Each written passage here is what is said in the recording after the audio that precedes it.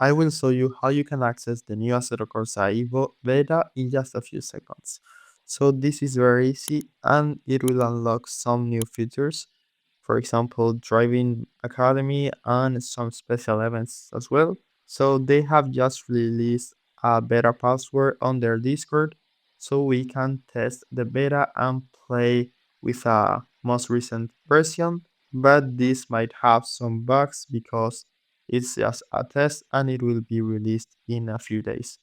So to do this, you need to go to Steam, go to your library, then search for Assetto Corsa, right click it, go to properties, then beta.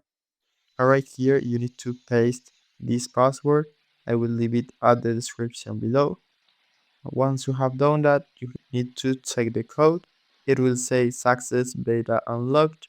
And after that, you will have a button right here to update the game to the newest version. So once you have done that, you just need to launch the game normally and you will see you have the latest backend version and you will see the new game modes. So I hope it was helpful and thanks for watching.